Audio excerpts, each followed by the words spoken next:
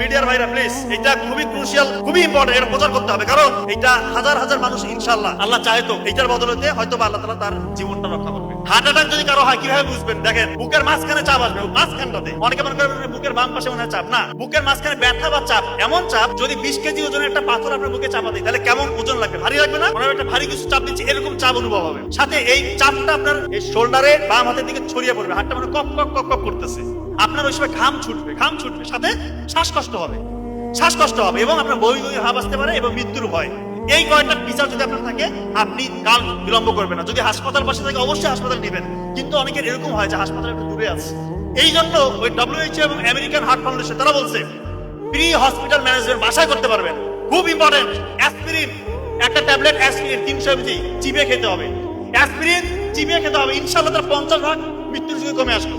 Nitroglycerine একটা হচ্ছে spray পাওয়া যায়, নাইট্রোগ্লিসারিন মার্কেটে বিভিন্ন নামে আছে। ওইটা জিহ্বার নিচে 2 চাপ দিতে হবে।